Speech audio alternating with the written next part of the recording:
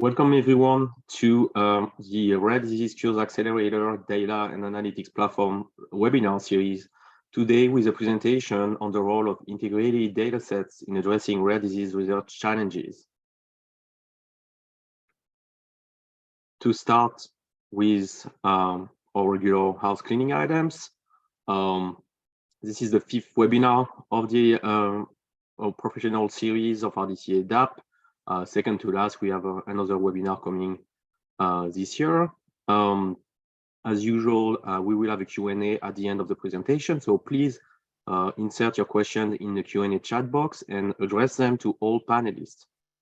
The presentation is recorded, and we will make the recording available to everybody after a little after this webinar. So today, it's my pleasure to introduce our presenter. First, Justyna Lizowska. So Justyna earned a master in Poland and then moved toward doing her studies in France. She did doctoral studies in Grenoble, focusing on cell adhesion dynamics and mechanotransduction in the context of the disease cerebral cavernous malformation.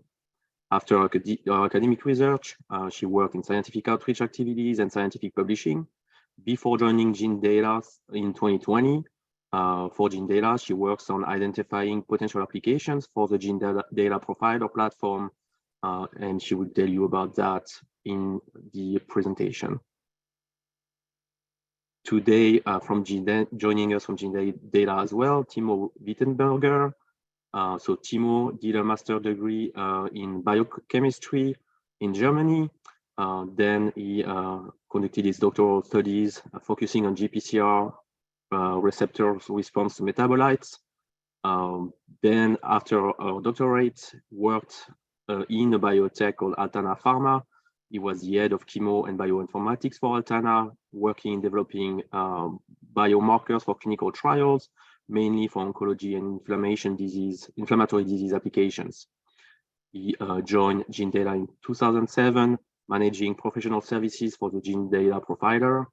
Currently, he works in a variety of scientific consulting projects for the pharmaceutical industry, participating in several international consortia and providing scientific support to end users. So welcome to my two presenters today, and Justyna is going to take it from there.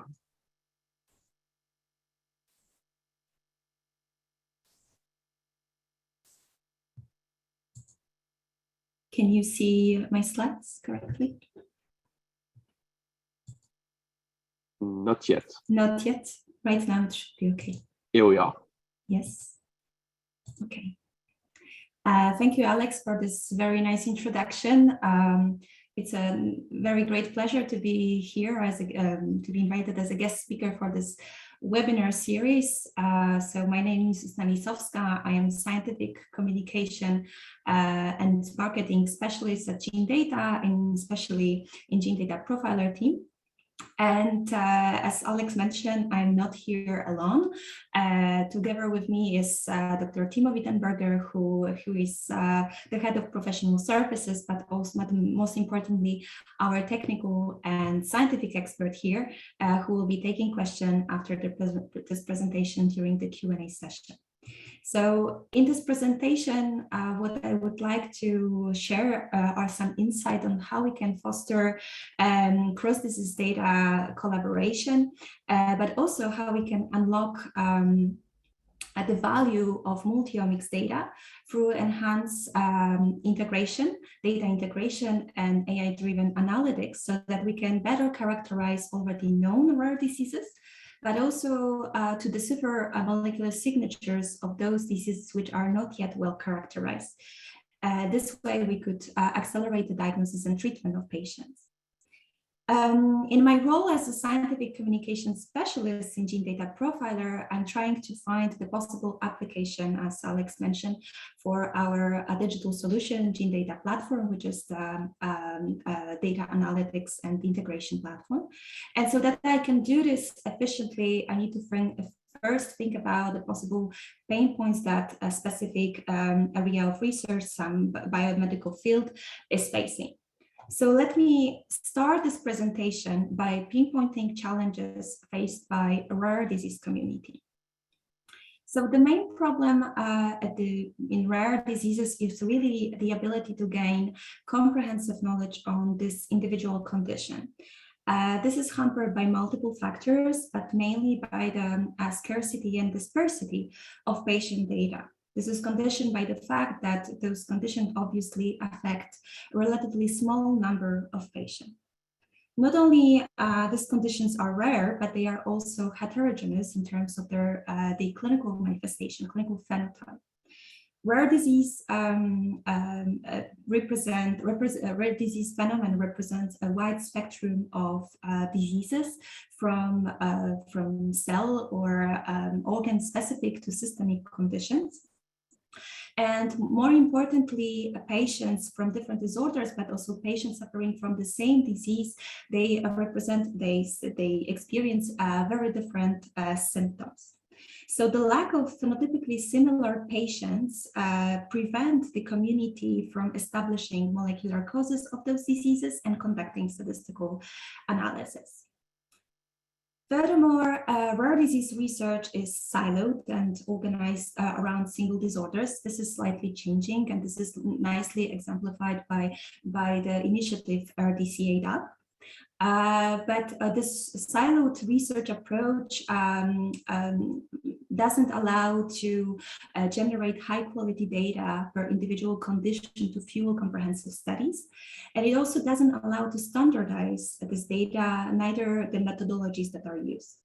And so although all those factors contribute to the deficit of medical and scientific knowledge on those individual disorders, which translate into lack of efficacious treatment for most of the patients, for most of this condition, and of course, into mis and underdiagnosis that only perpetuates the problem with the data scarcity.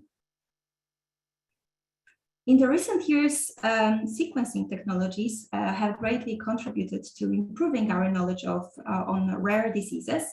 Especially exome sequencing helped to elucidate some disease-associated genes, improving diagnosis for a sizable proportion of previously undiagnosed patients. Also, genome sequencing helped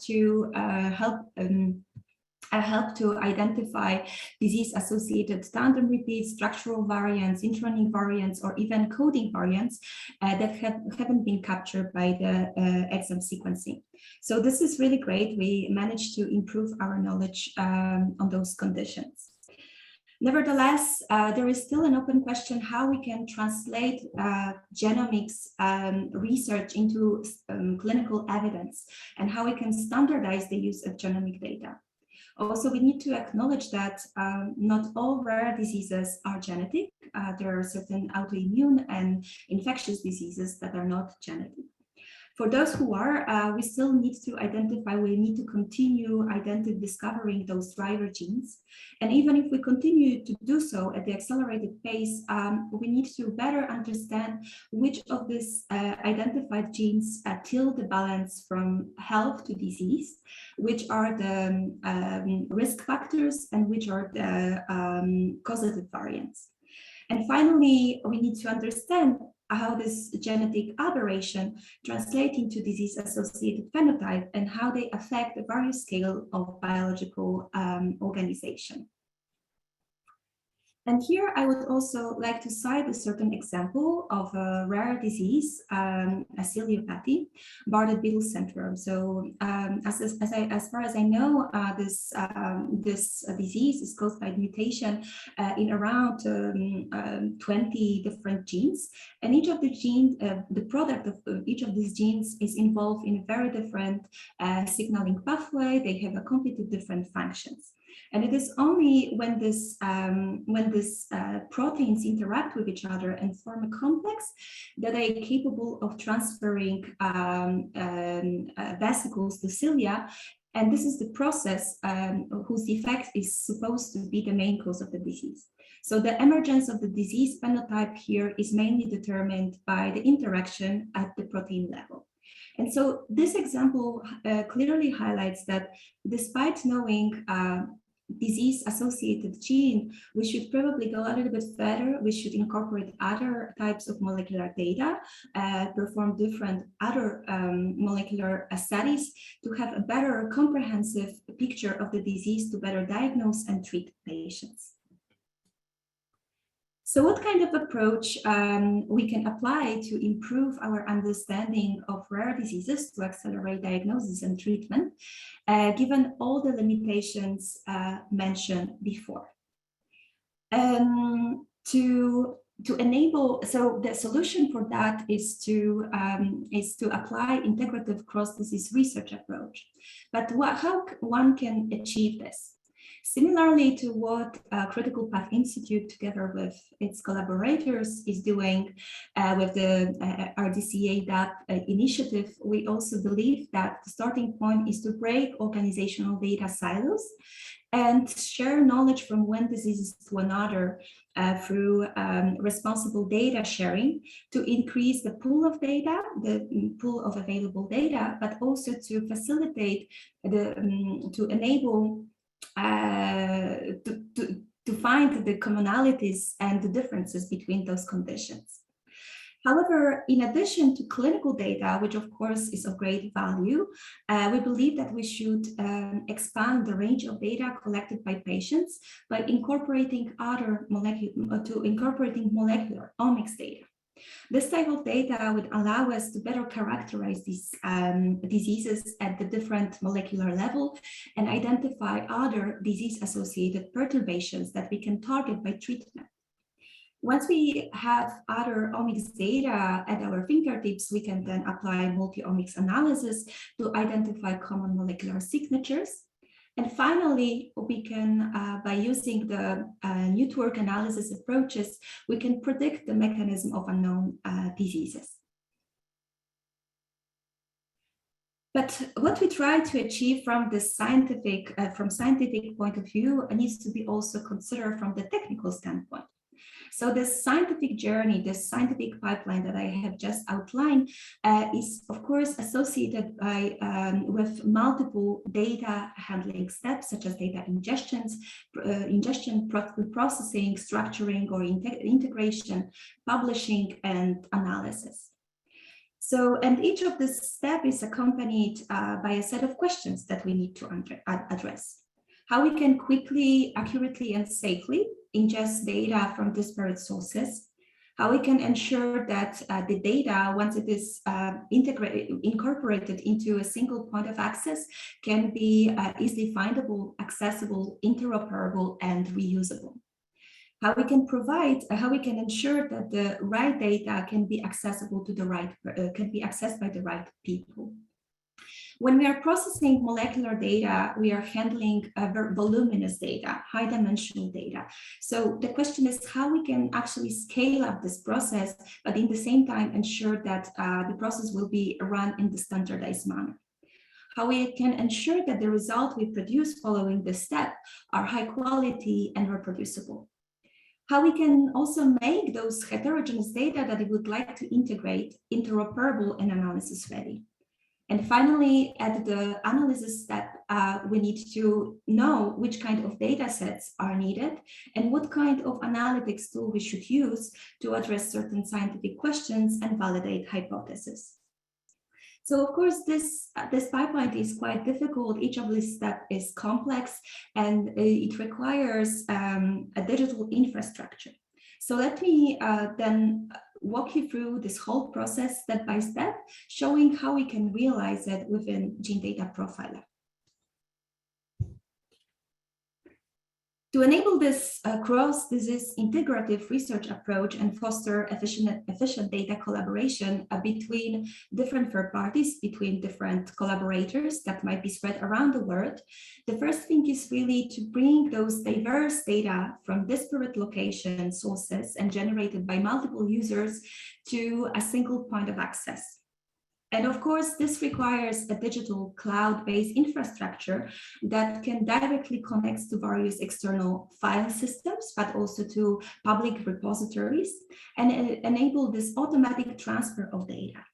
Within Gene Data Profiler, this is enforced, this is triggered either programmatically, but also it can be done directly via the web user interface. And that's ensure a very simple, very time efficient and secure way of bringing data to a single point of access. In addition, we have a capacity in Gene Data Profiler of federating data without the need of physically copying or ingesting the data from original sources to a centralized data repository, but simply allowing user to consume relevant data in a controlled manner. Once we have brought the data into one system, then we need to ensure that this data is easily findable and discoverable. So how we can find a very specific data set, let's say we are looking for a DNA sequencing data that from the exome sequencing that have been performed on our LH sarcoma patient. So how can I find this kind of data within this huge library of data that I have right now at my fingertips? Gene Data Profiler has this data inventory capability functionality, which allows data consumer to visualize and query and access any type of data and data of any type and data of any source they have been given access to perform downstream analysis in a self-service manner.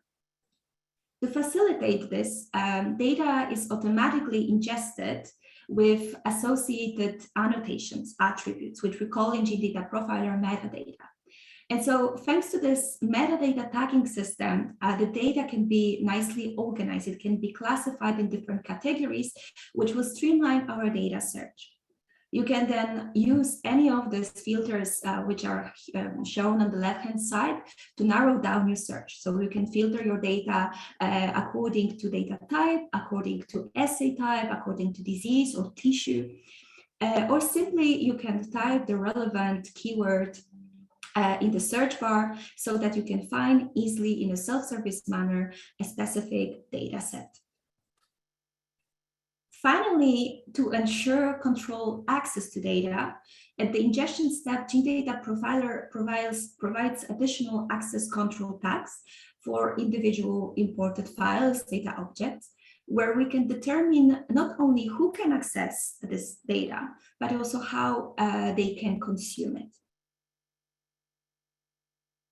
Okay, so let's imagine that we found finally the data of interest, which in our case was the DNA sequencing data, raw DNA sequencing data. This type of data that comes directly from the sequencer doesn't provide yet any scientific value. It is just a text file comprising the sequence of nucleotide. What we want to extract from this is the list of genetic variants. And so in order to do so, we need to process this data in a specific way. In our case, that will be the variant calling and annotation. I need to note here that, of course, the NGS data is very voluminous, so that we can process this data. We require high performance computing environment that can support this process, that can scale this process. And so this is what Gene Data Profiler provides. Not only, in addition, Gene Data Profiler also automates this step by providing customizable user-friendly workflows that makes this process very time efficient, flawless, and more importantly, reproducible. Such pipelines can be built by scratch, but you can also you have also access to out-of-the-box templates for those steps available out of the box. Such pipelines can be then approved, they can be locked and shared across different collaborators to ensure that this process is run in a standardized manner. Finally, what is important is that by running this pipeline, we can ensure also the full chain of custody, which is reported in the report. So in this report, you can review any type of settings, parameters, and all the steps that, that belongs to this process and check if whether the process has been run correctly. As I said at the beginning, we process our NGS data, but I said at the beginning that it might be worth to expand the type of data to consider when we are studying rare diseases. And so the proteomics study seems to be a good choice, since most of the diseases are manifested at the level of protein activity. Proteomics seeks to understand the involvement of specific proteins, the complexes and modification of these proteins in the disease state. However, the data that comes directly from the mass spectrometer is just the mass chromatogram, which does not provide us the information about the type of proteins that are within our patient samples, neither what is the abundance of the specific proteins and how these proteins have been modified. So that we can extract this information, again, we need to process this data in a specific way. As for the NGS data, gene data profiler, so gene data solution provide a capacity to process proteomics data in a secure, reproducible, and time-efficient manner with out-of-the-box workflows. But this kind of pipelines can also apply to other high-dimensional moleculomics data, such as transcriptomics, metabolomics, cytomics, etc. After the processing step of the NGS data, we have now our somatic mutations, list of our somatic mutations in our studied patient cohort. But until we integrate this data with the clinical annotation, this list doesn't provide us any scientific value either. So this is why it is so important to integrate this data. But this step, of course, is not trivial. Those data comes in a very different format. They have a completely different nomenclature, and so we need to ensure that that this data that come from a very different sources that we need to ensure that they are at the end consistent and interoperable. So we need to harmonize this data. And so they, as it was for the processing step, we can also automate the integration process with the out-of-the-box pipelines, which will ensure data quality and reproducibility.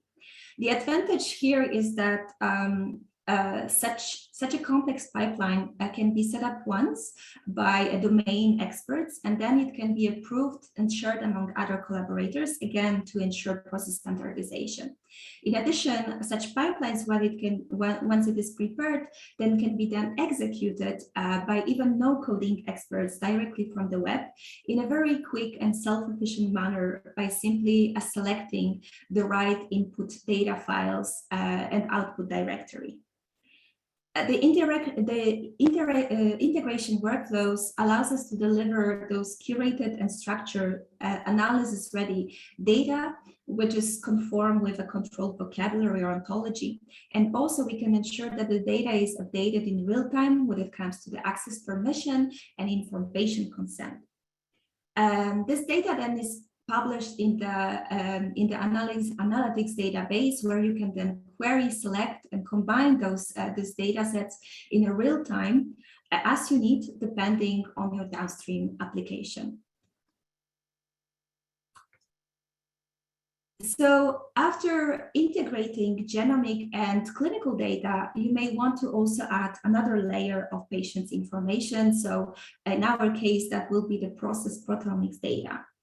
At this stage, you don't look for yet for the correlation existing between clinical features and clinical characteristics and molecular features, but you simply, by accumulating those different type of information per patient, you start building more and more comprehensive picture of your patients, which will then later allow you to better characterize individual disease and then find patterns. So as before, this integration step of different data modalities will be again empowered by the integration workflows. So following this integration step, we have now an integrated, harmonized data set comprising information about our patient clinical features, our genetic variants, protein expression profile, and so on. That, of course, depends on the type of data that you integrate. But how now we can use this integrated data sets to generate the insight of clinical value? In our example, what we want to show is that thanks to this integrated data sets, we can actually determine the shared molecular signature or mechanism across different indications. And once identified, they can serve us as a tool to better diagnose patients of unknown yet diseases. But how we can do this? To enable this, the first step will be really to check if there are any informative readouts within this huge amount of information that we have just gathered, and identify this molecular parameters which are robustly associated with each other and which might be involved in the signature of disease mechanism. To identify such features, we can use very different analytical approaches, such as statistical method, but also machine learning methodologies. And so Gene Data Profiler, as I presented it so far, is not only a data repository, centralized data repository system, or a digital solution that will allow you to prepare data for further analysis, but it also has its analytical layer. Gene Data Profiler has an inbuilt statistical package, Analyst, but also thanks to its superior interoperability with external analysis and visualization systems such as Jupyter, Spotfire, RStudio, etc., we can basically perform very sophisticated type of analysis of multi-omics data associated together with clinical annotations. And this can be triggered very easily and provide us with valuable insights. But let's go back to our story. Once we have identified such informative parameters, we now should be able to cluster, to group this patient across indication based on the similar molecular profile. And by clustering patients based on these mechanistic signatures, we are actually capable not only to decipher the similarities existing between different indications between different diseases, but also identify possible heterogeneity within a single disease. Finally, we can use this information to characterize patients with unknown disease mechanisms. We can use this multimodal molecular signatures to position, to place our patient in our feature space. This position of our patient within the space with regards to the cluster will indicate which molecular mechanism is the most relevant to this person. And this is very important information for us that could guide our diagnostic approaches as well as our treatment approach. So what I have just shown you is just an example of the type of insight we can generate, we can extract from heterogeneous yet integrated set of data that have been provided by different sources. But bringing data together, harmonizing it, and making it available for integrated analysis are relevant to many other applications. In particular, they are applicable in types of research that has more holistic nature, holistic approach. And so the beauty of Gene Data Profiler solution is that we can support this whole process end-to-end in a single workflow. So let me show another example of application of our solution of such a pipeline, a piece of work that has been collaboratively performed with Crohn's and Colitis Foundation, which is a non-for-profit organization focused on the research and support of patients suffering from inflammatory bowel diseases, so Crohn's disease and ulcerative colitis. So contrary to the previous example where we were trying to show how we can imagine how we can enhance diagnosis, what we were trying to do together with Crohn's and Colitis Foundation was to find the way to improve the efficacy of treatment of pediatric patients of Crohn's disease. So for those of you who don't know, pediatric Crohn's disease is actually considered as a rare disease.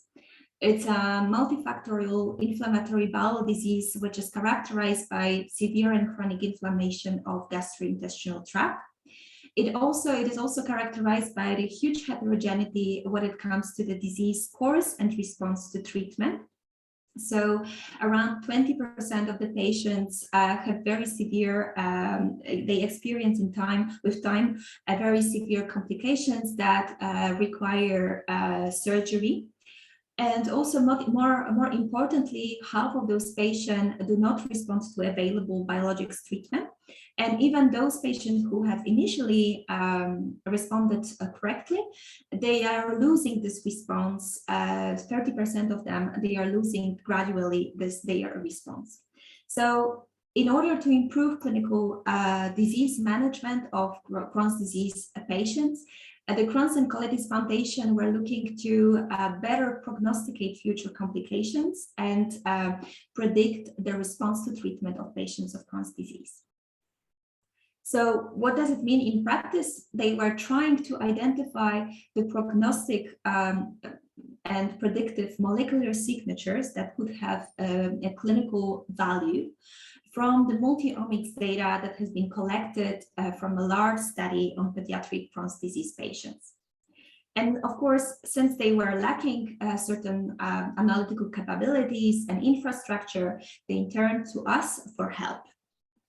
And so what we have done, we were working on two types of data. So we were working first on the transcriptomics data that has been collected from patients from biopsy samples.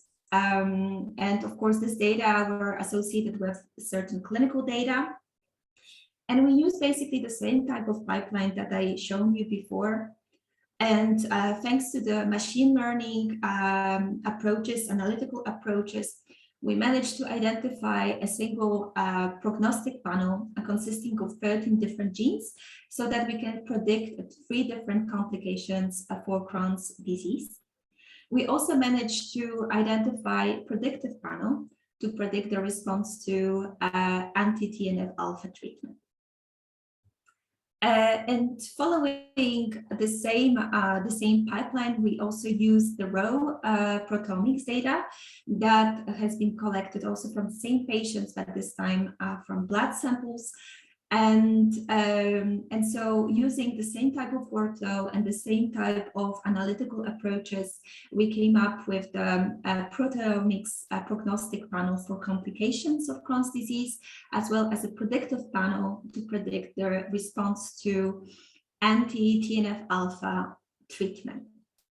And this results became a basis, the foundation for the development of a clinical test, which Crohn's and Colitis Foundation, in collaboration with Oleg Proteomics, are currently working on. So here I would just like to show a citation from our partner, Dr. Andres Hurtado Lorenzo, that with whom we were working on this project. So this is how we are working in Gene Data Profiler, and also how we imagine our solution could potentially help generating valuable insight that could advance, that could guide the diagnosis and treatment of rare disease patients. But of course, we are not the only digital solution of such type. We are aware that you have your own platform. And the question is actually how we can potentially work together, how we can integrate our solution with RDCA environment. So we actually believe that Gene Data Profiler could be a complementary solution to your platform, in the sense that we can extend the analytical capabilities of your solution for high-dimensional multimodal data by providing this high-performance computing environment. But also, thanks by enabling federation of external data sources to a single point of access, we also believe we can expand your capabilities for the cross-organizational data collaboration. But of course, this is just a suggestion, and the feasibility of such collaboration, such integration are yet to be discussed. For now, I would like to thank you very much for your attention. As I said, I'm not alone here today. I'm together with my colleague, Timo, who is our scientific and technical expert, and he will be happy to address your scientific and technical questions during the Q&A session. Also, if you don't have your questions answered during this Q&A session, please do not hesitate to contact us via email on this contact highlighted on the screen. And also, I would like to mention that if you are interested in learning a little bit more about the work that has been performed together with the Crohn's and Colitis Foundation, you can follow our hashtag Path to Precision on LinkedIn or Twitter, where we will be shortly announcing our upcoming webinar on this topic. Thank you so much, and let's start the Q&A session.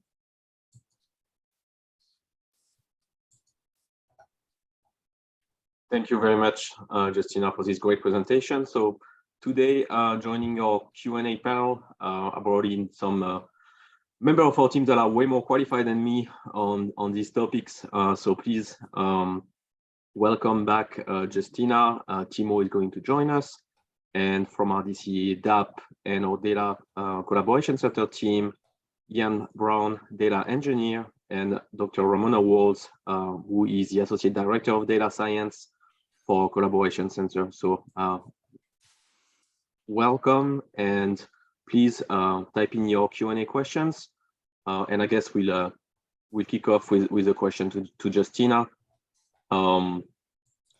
So a broad question to begin: where do you see the added value of multi-omics data in the study of rare disease? Well, it is not specifically for the rare diseases, but in general, I mean, it is great if we can identify disease-associated genes, but sometimes it is not conclusive. We cannot really understand whether this is a causative variant or not. So it's always good to incorporate other types of molecular data to actually confirm this kind of information. And what's more is actually that multi-omics data provide you the opportunity to have more comprehensive picture of the molecular mechanism. Some diseases are very complex, and they can actually may have multiple drivers. So in terms of the treatment, this is actually very important to know. Thank you. And maybe I'll follow up on that. And Timo, if you want to answer that. We had some questions in the chat about, who are the partners, where is the data coming from? I guess it's kind of related to that. We see a lot of potential in the boom of omics, in terms of precision medicine, and hopefully in the future, any individual could be tracked over time, and we could track the entire omics profile, with like all these opportunities for improving the care.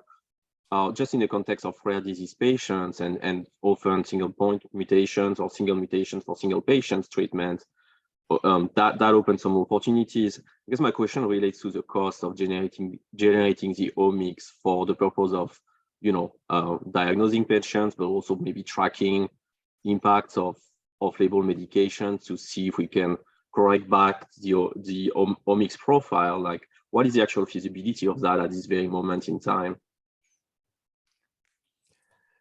I think your question refers to, goes a little bit into the question, how useful is the omics data given the vast amount we generate per patient? and then filter out the really informative part of it, which is related to, for example, a disease mechanism and a treatment option in the end, right? And I think that actually relates to the question Justina just answered, because from a data analytics point of view, it's always a data challenge when you have a lot of parameter measured on a relatively small cohort of patients with a given disease, or within a cohort that is quite heterogeneous in terms of disease mechanisms. So I think we need always to amend the data we have, for example, on the genetic genotypes, with data on other levels, for example, metabolites or proteomes, that can give us indication if an association between a disease phenotype and a molecular parameter we're measuring is background, is noise, is just by chance because we have the low numbers of patients, or if it's mechanistically relevant because we have added knowledge about for example, the mechanism that relates a metabolite to a genotype, for example. So I think from a data point of view, managing all this data and tracking all this data is solved technically. The analytics is a challenging part, and here we need to incorporate biological knowledge. Yeah, thank you, Timo. And on the analytic part, we actually have a question from Jason.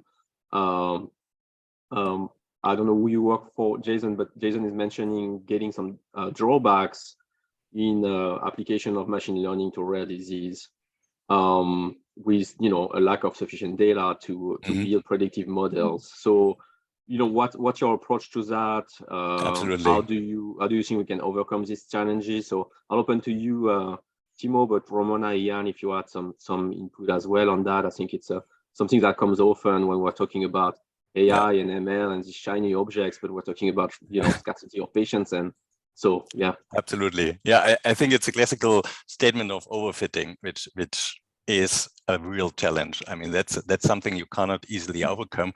There are methodology approaches towards that, that you really thoroughly test the robustness of your models.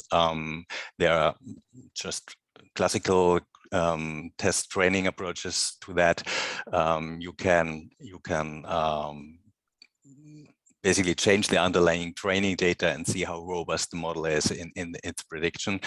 But again, I think you cannot, for the rare disease approach, you cannot purely rely on a unbiased approach. I think you need to pre-select the data you want to use to train, for example, a classification model towards the features which you have added evidence that they are relevant in terms of a mechanistic relationship towards the disease. So you cannot throw all the data you have onto a, for example, support vector machine or any other machine learning model and hope you don't overfit. You will overfit, definitely. So you need to do pre-steps to filter down the feature space you're working with, and that's going to be based on also mechanistic and pathway information and the multi-layer approach Justina mentioned. I think that I'll just add that one of the big challenges that Jason asked was about the lack of sufficient data, and platforms like RDC-ADAP and with Gene Data Profile, where you can bring different data sources together to create a larger data set, are really crucial to helping overcome that. That's not a technical challenge, that's more of a social challenge of trying to get all the data together. So Gina, I wanted to ask, Justina, I wanted to ask a question about fairness. And it's really important. I think hopefully our audience, after attending this webinar series, a few of these, understands the importance of fair data, but it's so difficult to make your data fair internally even. And then you're bringing in external data sources. How do you seamlessly integrate that data from external and internal sources and make them as fair as possible, given the challenges in doing that? Yes, of course. I mean, first of all, we need to realize that there are different types of concept of integrating this data. So this is in relation with the fairness, data fairness. So if we just simply ingest or copying data within the single system, as we can do within Profiler, we will usually incorporate to get this data together with the metadata. The metadata is really the key, so that we can seamlessly recognize and search for what we want. And of course, if we incorporate this data from different sources, we need to ensure that this metadata is harmonized across different data sets of studies within which this data reside. And then, of course, you have another concept of incorporating the data, which is data virtualization, or the type of data virtualization, which is the data federation, actually, where you don't need to physically copy this data.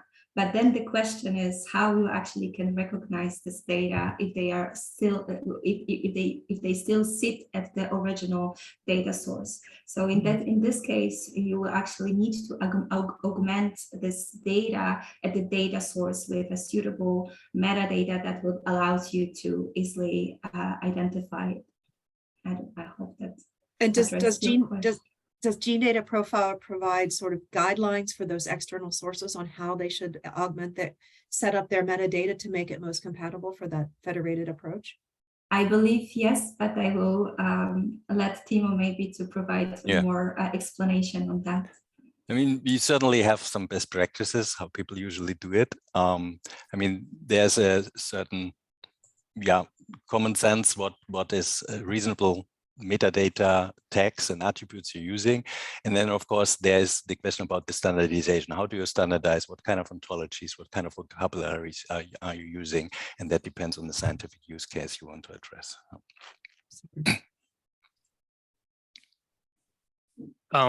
Building off of that a little bit, I have another question for you, Justina and Timo, related to data integration. In cases where we're talking about, as in the examples you showed on this platform, you can work with data sets where you have genomic profiles and also phenotypic information or different clinical characteristics that could be associated with those. Do you think there's value in being able to integrate data sets like that with data sets that might not have genomic data or any genomic profiling included in them, but do include other clinical characteristics or phenotypic information? And if so, like what kind of projects or analysis do you think that you envision that could support? Absolutely, I think that makes perfect sense. Again, the answer does not necessarily lie in the genomics data, for example. Finding such associations between any kind of biomarker readout you obtain in a clinical setting, or even real-world data with an outcome that is mechanistically relevant, is of interest. I mean, one of the data challenges is, of course, if you have one data set that has a certain type of data and clinical outcome, and then you have another data set that has omics data and clinical outcome. How do you make use of both of that, right? What kind of measures you take to make patients in one cohort comparable to patient in another cohort? And you need to think about what are the overlapping readouts you have for both cohorts. And that basically comes back to the fair verification question, right? How do you make this data comparable, and how do you work across cohorts and across projects to gain insights? I'm gonna go ahead and pull a question. We have several questions in the QA session now, and there's one from Saliha, and she asked, could we have a sense of which pipelines and tools already extant and available for use within gene data? For example, do you have established NLP pipelines to read the AHR data? And there's a follow-up question we can ask after that one. Okay. Yeah, I mean, we have a wide variety of pipelines for very different data types. And if you'd like to learn more, please contact us, and the contact addresses that Justina presented, and we will provide certainly for the whole audience. We also have a very rich source, and that maybe comes to the second part of the question of a very rich set of APIs to basically plug in pipelines and algorithms that you want to use in ingesting different data sets. So basically we have out-of-the-box pipelines for these various data types, and a very streamlined mechanism to incorporate already existing pipelines, as you might have for the C-Path initiative already, which you can use in the context of the profile environment then. Mm-hmm. Next question comes from Deborah, who asks, from the perspective of a therapeutic and biomarker development, it would be valuable to understand which components of a molecular signature drive pathogenesis. Mm. Can Profiler accommodate data on the relationships between genes and proteins, and is it possible to link such an analysis to a graphic database like Neo4j? I'd like to know the answer to that too.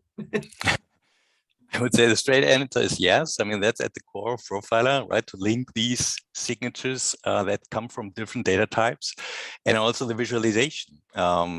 We have out-of-the-box visualizations, but you can very smoothly, as Christina described, make use of external libraries and external visualization tools to visualize the data in Profiler, and also the results you obtain from the machine learning models or the network analysis, for example. Great. One really short question from Vikram. What kind of cloud database do you use in gene data? So the gene data profiler is based on AWS Redshift database. Okay. All right, then I have a question, because as you probably know, we have a pretty broad user base here at RDCA DAP, or a broad group of stakeholders. And there's all kinds of people, probably, I assume, listening in on this webinar, from industry, from patient organizations, from academia. How, who would you say are sort of, you showed some great use case examples, but who are the different types of communities or individuals that are using gene data, and how do they go about interacting with you? For example, if I was an individual person, would that be appropriate, or would it be more appropriate for an organization to work with an organization to approach you? Yeah, I mean, we have a wide variety of interaction collaborations. In general, the gene data profiler platform is an enterprise solution. So we actually have usually gene data profiler deployed for a collaborative environment, a large organization, a consortium, for example, or a foundation.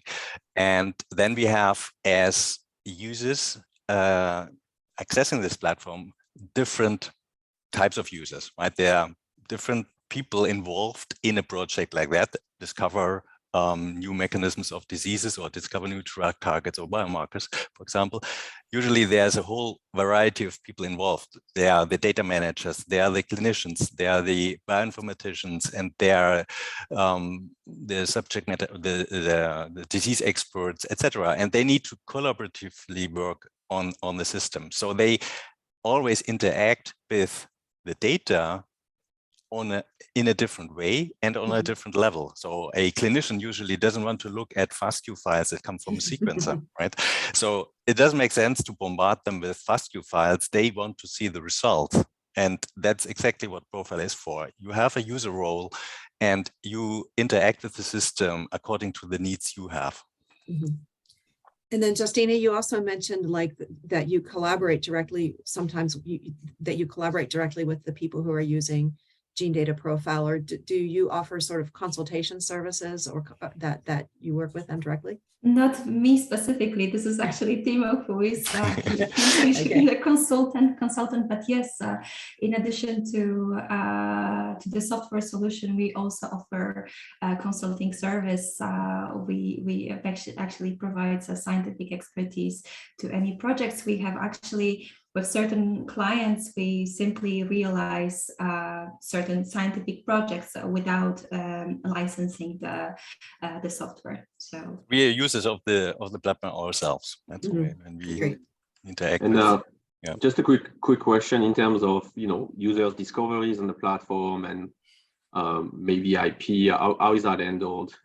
As you know, RDCA DAP has this, we encourage public dissemination, and we really want the users of the platform to disclose what they find as much as possible, although we don't enforce a block on developing IP on the platform.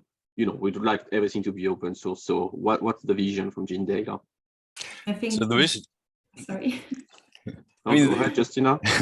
Okay. No, I think that, I mean, in the context of collaborative projects, that these are really the partners that define what kind of data and what level of this data can be open for the common use. So it will need to be decided by the data stewards or curators at the very beginning what kind of data might be available for the collaborative use. Timo, Yeah, I mean the data and as well as the results and the outcomes are owned by the users and the of the system, right? I mean, you guys who provide the data and the scientific questions, you are owning the results. Okay, thank you. Any other questions from the group, from Anna or Ian? I feel like I've been hogging the questions. No, I think that was a good Q&A. I think we can wrap up.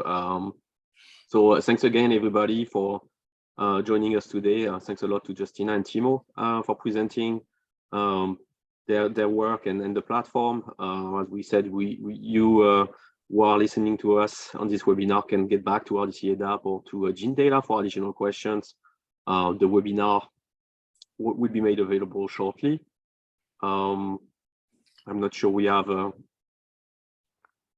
end of webinar slide, but if we don't, that's fine. We're going to close, just announcing that we will have another webinar as part of the professional webinar series of RDC ADAP this year. We will have a redo from one of the breakout sessions that we had during our workshop. So please join us for our next webinar, which will be, I believe, in December. Thanks, everyone. Thank you for having us. Thank you. Thanks so much. Super interesting.